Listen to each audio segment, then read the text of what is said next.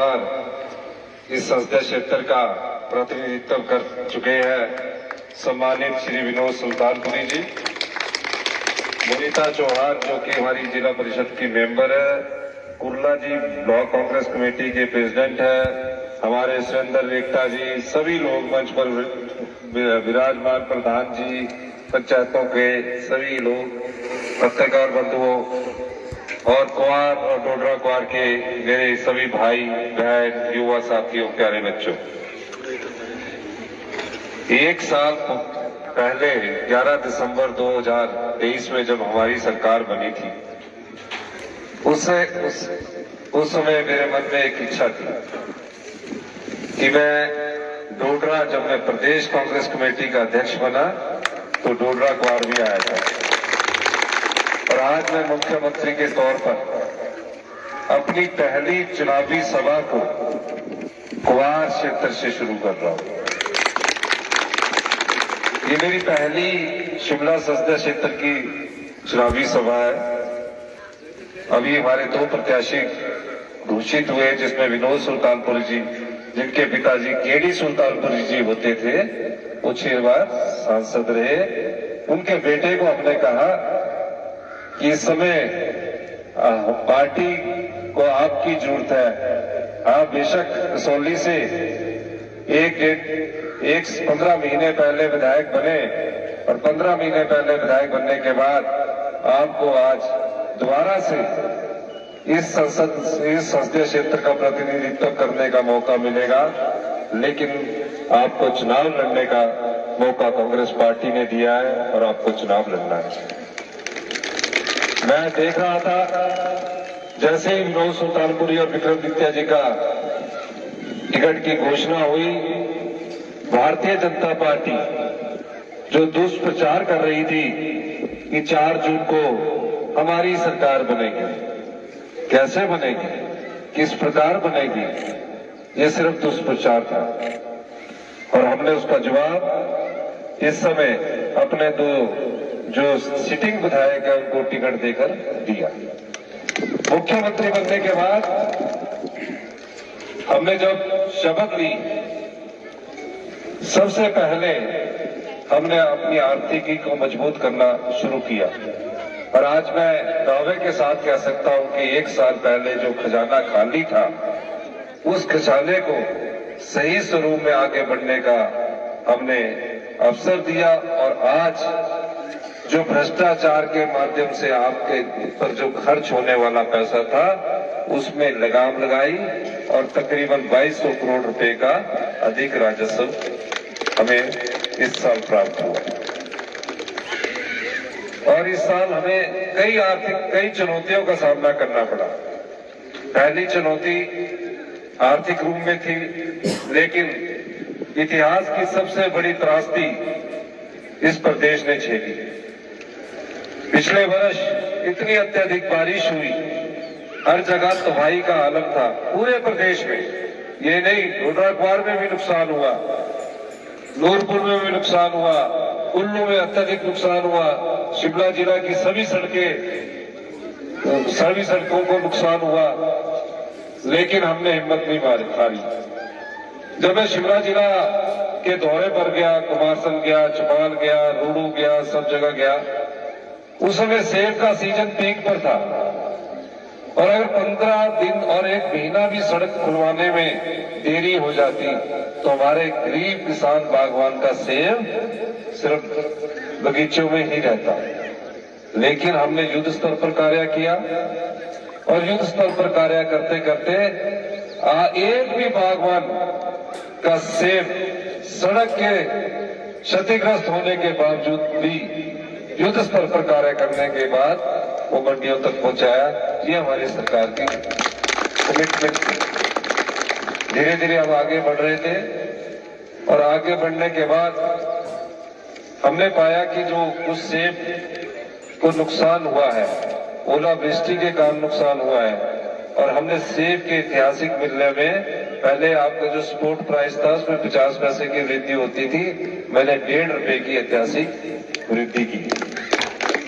फिर हमने देखा कि हमें कुछ फैसले आम लोगों के हित में लेने पड़ेंगे।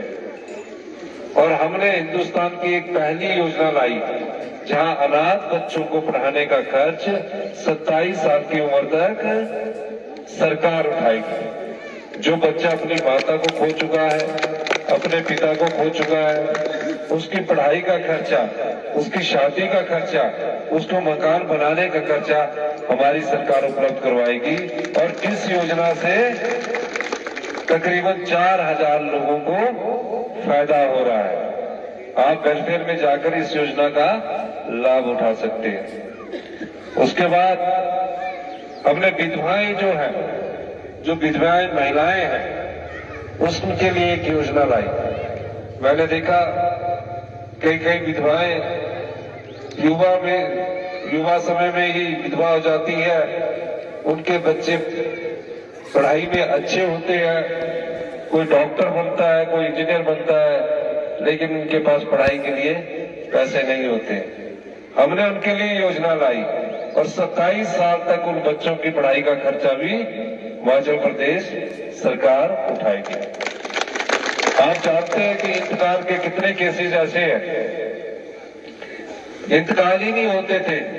आप पटवारी के पीछे घूमने जाते थे और पटवारी कई बार टूर पर होता था, कहीं फरमाइश करने जाता था, कानून साहब नहीं होते थे। लेकिन हमारे सरकार की इच्छा शक्ति के अनुसार सब जगह 1 लाख इंतकाल हुए जो पिछले 10 साल से ऐसे ही पड़े हुए थे। और 1 लाख इंतकाल में पटवारी अब उन परिवारों को पूछते हैं कि आपका इंतकाल हो गया कि नहीं हो गया। पहले आप पटवारी के पीछे घूमते थे। धीरे धीरे हमारी प्रदेश विकास की दृष्टि में आगे बढ़ने लगा। मैंने इस क्षेत्र की भी बैठक ली और जब मैंने पाया कि जाखना का रोड पिछले 10 साल से नहीं बन रहा था, जाखा का जिनको जाखा जिसको जाखा 10 साल से नहीं बन रहा था। बरागटा जी को मैंने उठाया, बरागटा जी बोलते कि फॉरेस्ट की क्लियरेंस है, ये इसकी क्लियरेंस है। मैंने बैठक करके युद्ध स्तर पर उस कार्य को करने की शुरुआत की। 3 करोड़ रुपया उसमें स्वीकृत करवाया, 3 किलोमीटर रोड बन गया। आज भी चीफ इंजीनियर वहां गया क्योंकि उनको मैंने पूछा कि मैं हो सकता है कि रोड देखने जाऊं, तो वो फटाफट देखने वहां गए। और आज आपको मैं कहना चाहता हूं कि ये जाखा तक रोड इसी सेशन में पहुंच जाएगा और 1 साल के भीतर हम कोशिश पूरी करेंगे कि जाखा बरागटा जी वहां एक गाड़ी को झंडी दिखाएंगे।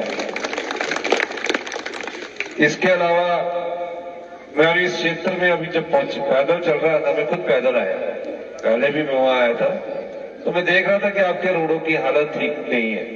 अभी तो चुनाव आचार संहिता लगी है, लेकिन नवंबर में मैं दोबारा आपके क्षेत्र में आऊंगा। जून सर अगस्त में बरसात नहीं, नवंबर में आएंगे, कोई है नहीं, नवंबर में पक्का होगा अभी 6 महीने बाद। और तब मैं देखूंगा ये जो सड़क है ये पूरी ठीक होती है कि नहीं होती है आपकी। सारे सड़क और सारी सड़कों को मैं खुद देखूंगा और पूरा दिन आपके बीच में मैं रहूंगा। लेकिन मैं कुछ बातें आपसे करने आ जाया हूं। मेरे परिवार से कोई राजनीति में नहीं है, मैं तो आप जैसे परिवार से उठकर आज मुख्यमंत्री की कुर्सी पर पहुंचा। मैं भी एक गवर्नमेंट स्कूल में पढ़ा हूं, जैसे गवर्नमेंट स्कूल में पढ़ते थे ना, और जब हम स्कूल में पढ़ते थे तो 8वीं क्लास तक सिर्फ टाट ही मिलते थे, बैच मिलते थे उसके अगली क्लास में। लेकिन जैसे ही मुख्यमंत्री बनने के बाद मैंने शिक्षा क्षेत्र के बारे में जानकारी ली, रोहित ठाकुर जी हमारे शिक्षा मंत्री यहाँ बैठे, तो मुझे पता लगा कि हमारी गुणात्मक शिक्षा में हम 18वें स्थान पर पहुंच चुके हैं। यानी कि दूसरी का बच्चा 5वीं का बच्चा दूसरी क्लास की किताब को नहीं पढ़ सकता है। तो क्या कमियां थी? किसी सरकार ने ऐसा नहीं सोचा। रोहित जी के साथ हमारी बैठकर मीटिंगें होती रही, रात के 1-1 बजे तक हम आप लोगों के लिए बैठते रहे और उसके बाद हमने इसमें ऐतिहासिक फैसले किए। और इस सेशन से जब बच्चे स्कूल जाएंगे जून से, आपके यहाँ इंग्लिश मीडियम में क्लासेस को शुरू कर दिया जाएगा। पहली का बच्चा भी इंग्लिश मीडियम में पढ़ाई करेगा। दूसरा, इस बार एक बहुत विचित्र घटना 75 साल के इतिहास में हुई। वो घटना थी कि जब राज्यसभा का चुनाव हुआ तो कुछ कांग्रेस के विधायकों ने राज्यसभा में भाजपा के प्रत्याशी को वोट डाल दिया। वोट डाला ठीक है, आपकी नाराजगी हो सकती है परिवार में। हम भी 30-35 साल से कांग्रेस पार्टी में काम कर रहे हैं। कांग्रेस पार्टी की विचारधारा में चुनकर उसे आगे बढ़ाने का दायित्व हमारे कंधे पर हमेशा रहा और हम आगे बढ़ते थे। फिर बजट पास होना था। उस बजट में सिर्फ आप लोगों के लिए योजनाएं नहीं थी। जो हमने 1 साल भ्रष्टाचार के चोर दरवाजे बंद किए थे, उससे जो राजस्व कमाया था वो आप लोगों में बांटने की बात आई। बजट प्रस्तुत हुआ। मैं धन्यवाद करना चाहूंगा कि कुछ लोगों ने सरकार कराने की कोशिश की। ये सरकार कराने की कोई पहली कोशिश नहीं है। इससे पहले महाराष्ट्र में भी की, कर्नाटक में भी की, गोवा में भी की, और इसको नाम दिया गया ऑपरेशन लोटस। जिसमें क्या होता है, कांग्रेस के चुनाव चिन्ह पर जो विधायक चुनकर आते हैं उनको पैसे के दम पर खरीदने की कोशिश भारतीय जनता पार्टी ने की, और ऐसी कोशिश उन्होंने हिमाचल प्रदेश में भी की। और जब हमारा बजट प्रस्तुत हो रहा था तो जो पूर्व मुख्यमंत्री जयराम ठाकुर जी थे वो विधानसभा में कह रहे थे कि अब तो इस सरकार को देवी देवता क्या भगवान भी नहीं बचा पाएगा। और हम अभी बजट की तैयारी कर रहे थे। टीवी में चल पड़ा कि मुख्यमंत्री जी ने इस्तीफा दे दिया। मैं उससे विचलित नहीं हुआ। मैंने कहा कि ये बजट हमारे आम परिवार के लोगों का बजट है, गरीब किसान का बजट है, महिलाओं के सम्मान का बजट है, युवाओं को रोजगार देने का बजट है। हमारी सबसे पहले प्राथमिकता बजट को पास करने की है, जिसमें 6 विधायकों ने हमारे खिलाफ मत दे दिया था। और अगले दिन वोट डालने के बाद वो सीधे चंडीगढ़ चले गए, पंचकुला हरियाणा की सरकार के संरक्षण में चले गए। हमने सोचा बजट है, आएंगे, और अगले दिन 28 फरवरी को हेलीकॉप्टर के माध्यम से वो आए। तो हम बड़े खुश हुए कि बजट में हमारे सामने बैठेंगे। 28 फरवरी को जब आए, एक हेलीकॉप्टर आया, दूसरा है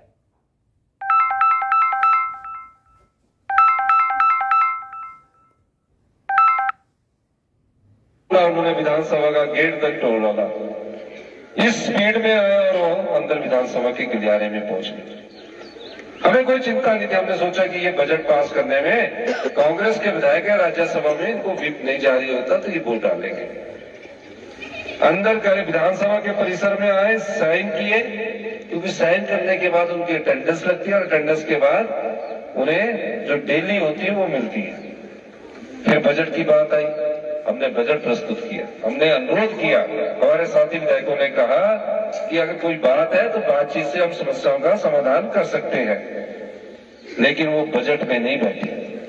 पता लगा कि हेलीकॉप्टर से वो सीधे फिर पंचकुला चले गए हरियाणा गवर्नमेंट के, और उन्होंने बजट में कोई सहयोग नहीं दिया।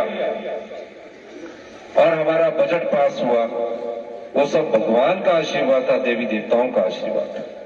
उस बजट में क्या था? उस बजट में जो बुजुर्ग बैठे हैं 70 साल से ऊपर के, उन बुजुर्गों को फ्री मेडिकल सुविधा हिमाचल प्रदेश की सरकार देगी। ये मेरे दूसरे बजट में मैंने प्रस्तुत किया। जो मनरेगा की दिहाड़ी, आज मनरेगा में जो महिलाएं काम करती है, पता नहीं यहाँ काम करते कि नहीं करते, करते हैं।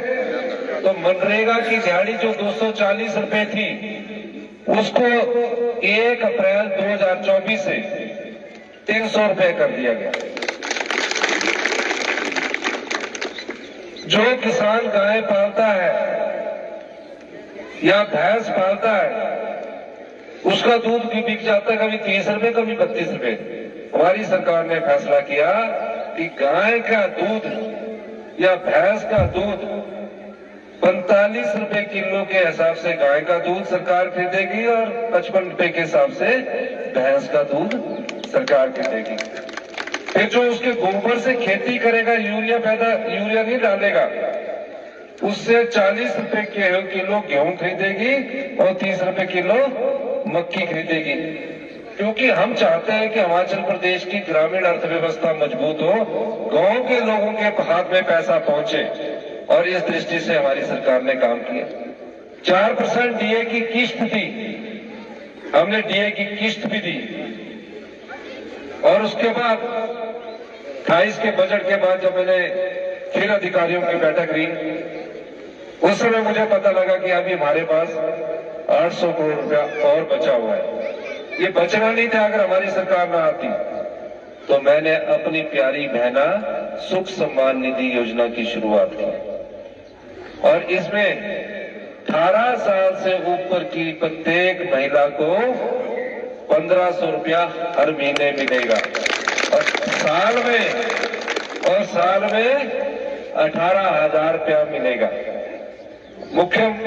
मुख्यमंत्री होने के नाते ये मेरा वादा था, और अब इसके फॉर्म आपके वेलफेयर ऑफिस में है। सभी महिलाओं को वो फॉर्म भरने हैं। आपको ये पैसा पक्का मिलेगा। और जो भारतीय जनता पार्टी के जयराम ठाकुर जी थे, वो चुनाव योग चले गए, और चुनाव योग जाने के बाद उन्होंने कहा इस योजना को बंद करो। अरे भाई, क्यों बंद करो? ये तो हमारी बहनों का अधिकार है। ये पैसा हमने भ्रष्टाचार के चोर दरवाजे, जो 5 साल में आपकी सरकार में भ्रष्टाचार हुआ, उन चोर दरवाजों को बंद करके हमने ये पैसा कमाया है। आपके समय नौकरियां बिकती थी, सबॉर्डिनेट सिलेक्शन बोर्ड हमीरपुर में है, वहां पेपर बेचे जाते थे, और जो पढ़ा लिखा बच्चा होता था उसको नौकरी नहीं मिलती थी, पढ़ा लिखा युवा होता था उसको नौकरी नहीं मिलती थी। जिसने पेपर खरीद लिया उसको नौकरी मिलती थी। मैंने उस भ्रष्टाचार के चोर दरवाजे को भी बंद किया और सबॉर्डिनेट सिलेक्शन बोर्ड को बंद किया कि इस तरह हम युवाओं के भविष्य से खिलवाड़ नहीं कर सकते। और अब उस राज्य चयन आयोग में द्वारा से इंटरव्यू हो रहे हैं, बिल्कुल पारदर्शिता तरीके से हो रहे हैं। तो जयराम ठाकुर जी, चुनाव योग है कि 1500 रुपये नहीं मिलने चाहिए हिमाचल की महिलाओं को। अब वो बात बताओ, आप क्यों नहीं मिलने चाहिए? वो आपका पैसा है, आप लोगों का पैसा है। और हमने उस योजना को 1 मई 2023 से स्पीति में शुरू किया, 1 फरवरी 2024 से लाहौर में किया, लाहौर स्पीति डिस्ट्रिक्ट में पूरा हो गया, और 3 मार्च 2024 से पूरे हिमाचल प्रदेश में अपनी बहनें जो 18 साल की उम्र पार कर चुकी है, उनके शरीर में जब तक सांस अंतिम सांस तक उसको पूरा 1500 रुपया मिलेगा। तो ये हमारी सरकार की योजना है। ये पैसा मिलना चाहिए कि नहीं मिलना चाहिए? नहीं मिलना चाहिए? हाथ खड़ा करो कितने हैं, पीछे वाले भी हाथ खड़ा करोगे, दोनों हाथ खड़ा करें। आप भी, लेडीज भी है पीछे बैठी जो नीचे, हाथ खड़ा करो, दोनों मिलना चाहिए। अब जयराम ठाकुर जी इसको रोक रहे हैं। जयराम ठाकुर जो पूरा बीजेपी वाले हैं, क्या कर रहे हैं? रोक रहे हैं। क्यों रोक रहे हैं? क्या हमारी बहनें गांव में नहीं रहती? क्या हमारी बहनें दिन रात मेहनत नहीं करती? क्या हमारी हिमाचल में तो हमारी बहनें सबसे ज्यादा काम करती है, घर चलाती है, बच्चों का पालन पोषण करती है, सब प्रकार से दिशा देती है। तो ये जयराम जी रोक रहे हैं। आपने अब हमने अपील की, और हमने अपील करने के बाद अब उन्होंने हमें इजाजत दे दी है कि हम उनके फॉर्म ले सकते हैं। तो आपका जो वेलफेयर ऑफिस है वहां जाके अपने फॉर्म जमा करवाने हैं। अगर ये किसी तरह और रुकवाने की कोशिश जो इन्होंने की है, तो अप्रैल का 1500 रुपया और मई का 1500 रुपया आपके 1 जून में 3000 रुपया आपके खाते में जाएगा। ये मेरा पैसा नहीं है, ये आप लोगों का पैसा है। लेकिन मैं एक बात और कहना चाहता हूं, हम लोग लोकतंत्र में विश्वास रखते हैं, और ये समय है कि लोकतंत्र को मजबूती प्रदान करें। नहीं तो कल को आपकी कोई वोट की वैल्यू नहीं रहेगी। तो आप लोगों को इस चुनाव में इसलिए वोट नहीं डालना है, हमारी सरकार के लिए पूरे विधायक पूरे हैं। आप लोगों को इस सरकार में इसलिए वोट डालना है कि जो लोग पार्टी के चुनाव चिन्ह पर जीतकर विधायक बनते हैं, जनता के वोट से सत्ता जब उन्हें मिलती नहीं है, जनबल से वो सत्ता की कुर्सी तक नहीं पहुंचते हैं, तो धनबल का जो प्रयोग करके सत्ता की कुर्सी को हथियाने की कोशिश करते हैं, उनको सबक सिखाने का समय आ चुका है। तो क्या आप उनको सबक सिखाएंगे कि नहीं सिखाएंगे? जोर से बोलो ना, जो हाथ खड़ा करके बताओ। तो ये उनको सबक सिखाने का समय है।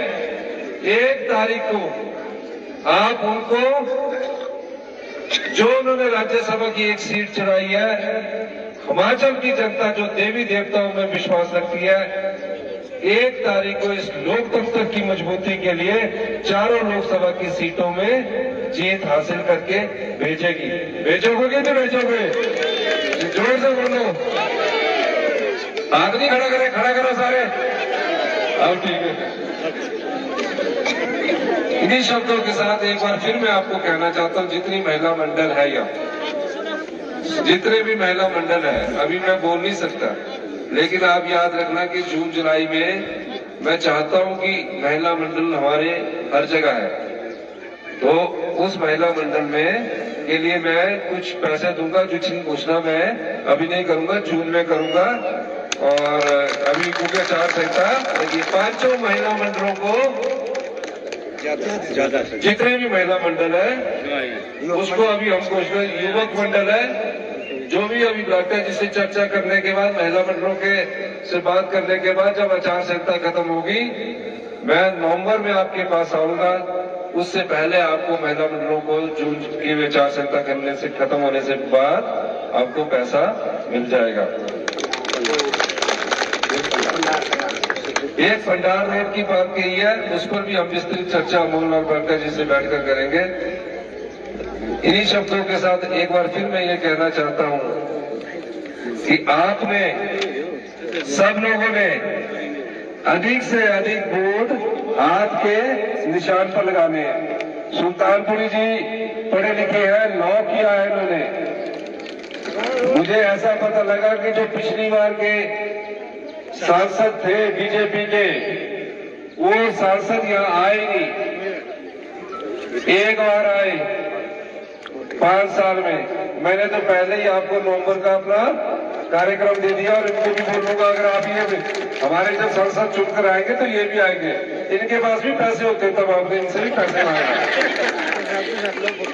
तो इसलिए सबको, आपको एक बार फिर से बहुत बहुत धन्यवाद करता हूँ।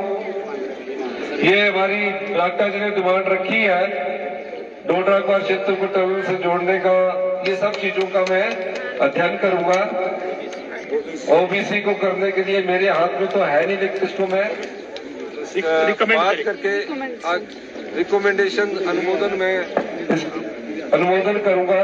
जो भी बातें बरागटा जी ने अपने भाषण में रखी है, मैं उसको पूरा करूंगा। और एक बात है, बरागटा जी आपके बहुत अच्छे इंसान है, पढ़े लिखे हैं, ईमानदार है, आपकी चिंता करते रहते हैं, और निश्चित तौर पर ये जो जाका की सड़कें बार बार घुसते रहते हैं, ये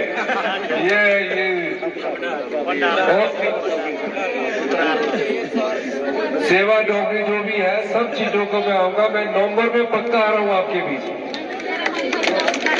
इसलिए आपका बहुत बहुत धन्यवाद। जय हिंद।